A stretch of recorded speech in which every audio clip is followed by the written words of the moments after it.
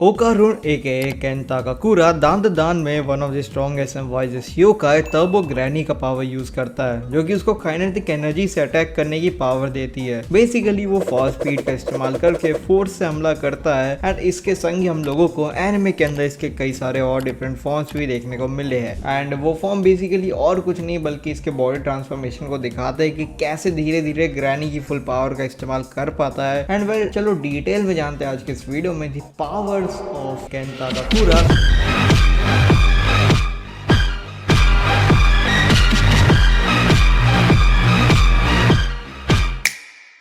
Form number 1 turbo granny control body. अब well ये forms के कोई ऑफिशियल नाम तो नहीं है लेकिन मैंने खुद से रख दिया for better understanding and communication. Well इस फॉर्म में ओकारुन कम्प्लीटली ग्रैनी के पोजीशन में रहता है और वो अपनी पूरी पावर का इस्तेमाल भी कर पाता है जिसमें ग्रैनी के 100 km/h की स्पीड के साथ हैवी ब्लोज भी मार पाता है। बट इस फॉर्म में यही एक दिक्कत है कि वो पूरा बर्जक चले जाता है एंड इसीलिए ये फॉर्म ओकारुन के कभी ज्यादा काम नहीं आया। लेकिन इसके बाद ओकारुन वुड वाले एलियन से लड़ते हुए ऑल आउट फॉर्म बनाता है जिसका वो अपनी वीक बॉडी की वजह से ज़्यादा इस्तेमाल तो नहीं कर पाता एंड ऑल्सो ग्रैनी की टॉप स्पीड को भी कैचअप नहीं कर पाता। लेकिन ये फॉर्म इतना स्ट्रॉन्ग था कि इसके छोटे से अटैक से उस एलियन को अच्छा डैमेज मिला था। लेकिन इसके बाद ओकारुन अपनी बॉडी पे काम करता है और अपनी बॉडी को बढ़िया बनाता है जिससे वो ग्रैनी के पावर को और यूटिलाइज कर पाए। इस सब के बाद ओकारुन टनल में जाके ग्रैनी के टिट्स को भी खा लेता है जिसके बाद वो पूरी जो ग्रैनी होती है वो ओकारुन के अंदर आ जाती है।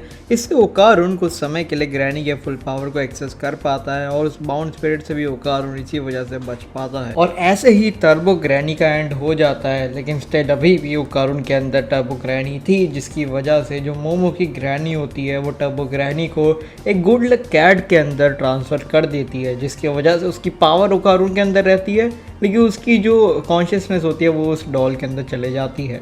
अब वेल इसके बाद कुछ समय तक कुछ भी पावर अप होता नहीं है जब तक इविल आई नहीं आता। वेल इविल आई कौन है, इसके अलावा तुम्हें एक अलग वीडियो चाहिए तो फिर तुम लोग कमेंट में बता सकते हो क्योंकि evil I is one of the most baddest characters from दान। खैर वीडियो में वापस आए तो इविल आई से लड़ने के लिए ओकारुन अपनी स्पीड बढ़ाता है। इसके लिए टर्बो ग्रैनी उसको ये ट्रेनिंग दिलवाती है डॉज करने की जो कि उसकी स्पीड इतनी बढ़ा देती है कि वो इविल आई को बच्चों के जैसे पीट देता है।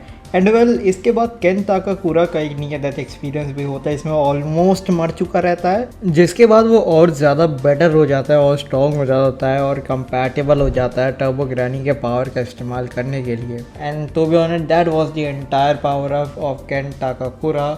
अब वेल इसके बाद वो ज़्यादा पावर अप करता नहीं है, वो इन्हीं पावर्स को इन्हेंस करता रहता है एंड ये वो 100 km/h से ऊपर जा नहीं सकता क्योंकि वो मैक्स पावर है, मैक्स स्पीड है टर्बो ग्रैनी की जिसकी वजह से उसकी पावर यही लिमिटेड रह जाती है।